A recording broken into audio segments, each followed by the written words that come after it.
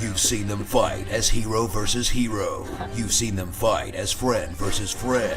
Now, the greatest threat to the Avengers is... It's gonna be themselves again, isn't it? Yep, this is what happens when your villains kinda suck. Captain America. Civil War. Loosely based on the comic book crossover event comes the epic struggle that has your favorite heroes asking, is it better to be dickishly stubborn? If I see a situation pointed south, I can't ignore it. Or stubbornly dickish? Sometimes I want to punch you in your perfect teeth. In a film that settles a moral and political debate, the only way superheroes know how, by beating the crap out of each other. Take that, regulatory oversight! The government wants to rein in the Avengers for when they recklessly save the entire world from aliens. That other time when they saved the entire world from a secret Nazi death cult. And again, saved the entire world from the army of murder robots they created. Okay, that one is on them. Ultron. My fault. Now, Captain America must get in line or face the prospect of an all-out civil war. Or at least one group sparring session. You're pulling your punches. One real fight. And a nice letter reminding us that everything is still hunky-dory. Tony, if you need me, I'll be there. What? You thought there'd be lasting stakes? Come on, this is Marvel we're talking about. Cap is back, and he's still a total beefcake, leading a team of rebels alongside his quippy black best friend. Because you're going to have to go Mark Furman on my ass. Hawkeye, who's great in small doses. Ant-Man, who's there. Scarlet Witch, who's still doing vague hand-wavy stuff. And Bucky, the man whose haircut was frozen in the 90s. Opposing them is Team Iron Man, his quippy black best friend. Yes, this is Tony Stank. Black Widow, who's still scissoring anyone she can get her legs around. Scarlett Johansson. Black Panther, the king of giving monologues into the middle distance. Dead. It's not the end. A mantle passed from warrior to warrior. If I can help one of them find peace. Whatever the hell Vision is. I don't know what this is. Yeah, neither do we, buddy. And the best version of Spider-Man, complete with a pre-murdered Uncle Ben. Hey, I'm Peter. Tony gives him the great power, great responsibility speech. I am so out of here. Thrill as these former friends become enemies thanks to the evil Zemo, a man out for revenge by framing the Winter Soldier for the murder of King T'Chaka, which will, hold on, I forgot. Can we roll Zemo's plan again? Yeah. Wrecked his car? Really? How many people do you think paused this and In the actually book? read it? Okay. Not sure he drowned in that sink, though. Okay, that makes sense.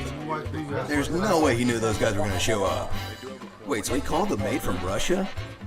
Ah, the old captured on purpose ploy. Someone's been reading Loki's plan. Ugh, this is dumber than Luther's. Can we just play the airport scene again? Oh! So cool! He was like the size of an ant, now he's a giant!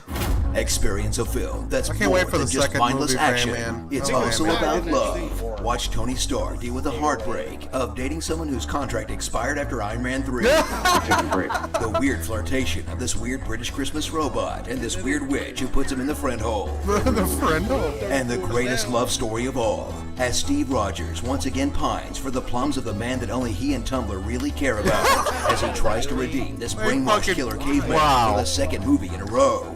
I don't know if I'm worth all this, Steve. While ignoring two perfectly good boyfriends who are right there in front of his face. We need you, Cap.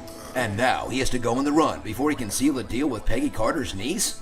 90 years old and this guy is still a virgin? Someone please have sex with Captain America already. Hell, you know what? I'll do it. I'll bend over right now. So go enjoy the hero versus hero movie that everyone loved, instead of the hero versus hero movie that most everyone hated. Even though they're a lot more similar than anyone would like to admit. Featuring a non-superpowered villain, tricking a symbol of America into fighting a billionaire playboy, using an incoherent plan that includes blowing up a meeting of government officials, and using the heroes' moms to manipulate them. I don't care. You killed my mom. That ends with an ominous warning from a prison cell, and sets up a universe worth of spin-offs along the way. Uh-oh.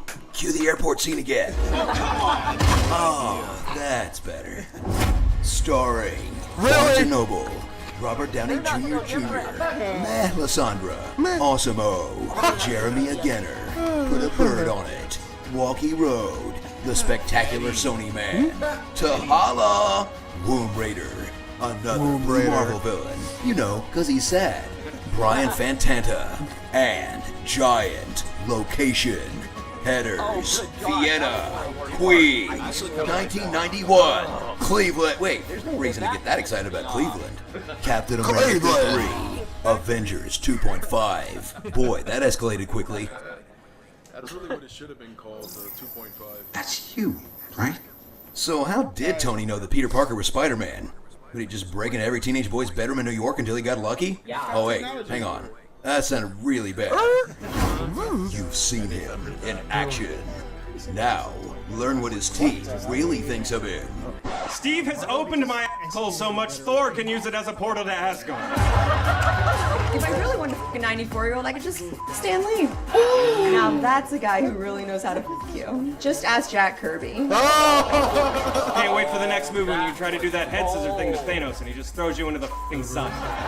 Everything is dead that you The roast. This is. Screen Junkies presents the roast of Captain America. Watch now. Hilarious. Look at me. I'm the captain now.